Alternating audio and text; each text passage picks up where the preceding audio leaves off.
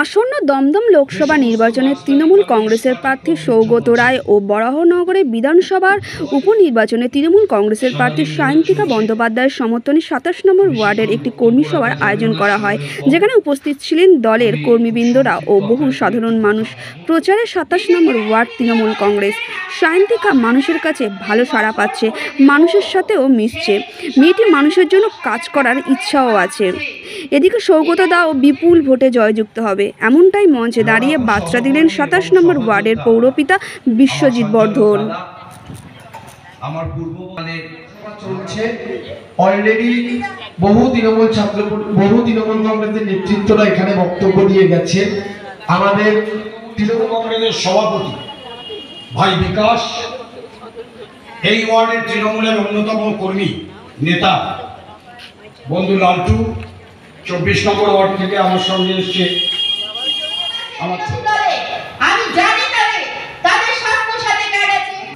প্রার্থী করা হয়েছে, এটা মমতা বন্দ্যোপাধ্যায় সঠিক সিদ্ধান্তই নিয়েছেন এবং আজকে বরানগরের সব জায়গায় গিয়ে সায়ন্তিকা ভালো সাড়াও পাচ্ছে, মানুষের সাথে মিশছে। কত ব্যবহার খুবই ভালো, কারণ বিরোধী দলে যারা দাঁড়িয়েছে একজন তো আঙুল তুলে কথা বলছে, আরেকজন ওপরের দিকে তাকিয়ে মানুষের সাথে কথা বলে। কিন্তু সায়ন্তিকা সবসময় যখনই মানুষ দেখছে নতমস্তকে প্রণাম করে বলছে, মাসিমা, জেঠিমা, কাকু, কাকা, আপনারা আমাকে ভোট দেবেন।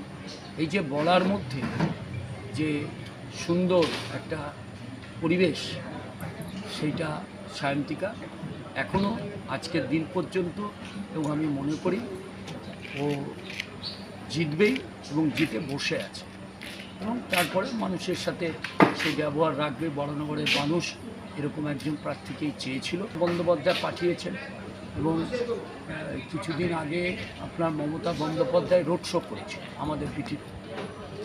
রাস্তার দুধার থেকে যেভাবে মানুষ সমর্থন করেছেন, সেদিনই মানুষ রায় দিয়ে দিয়েছে বরানগরে জিতছে।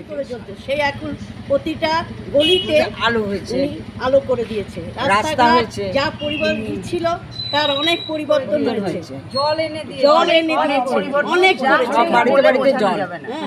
আমাদের দাদা যা করেছে বলে বোঝানো যাবে। বাবু এখানে জনপ্রতিনিধি হওয়ার পর সাধারণ মানুষকে যে পরিষেবা দিচ্ছেন, যে কারণে আমরা বক্তব্যের মাধ্যমে বলি যে শীত গ্রীষ্ম বর্ষা তৃণমূলী ভরসা, শীত গ্রীষ্ম বর্ষা বিশ্বজিৎ বর্ধনী ভরসা, যে কথা এখানকার মানুষরা বলেন।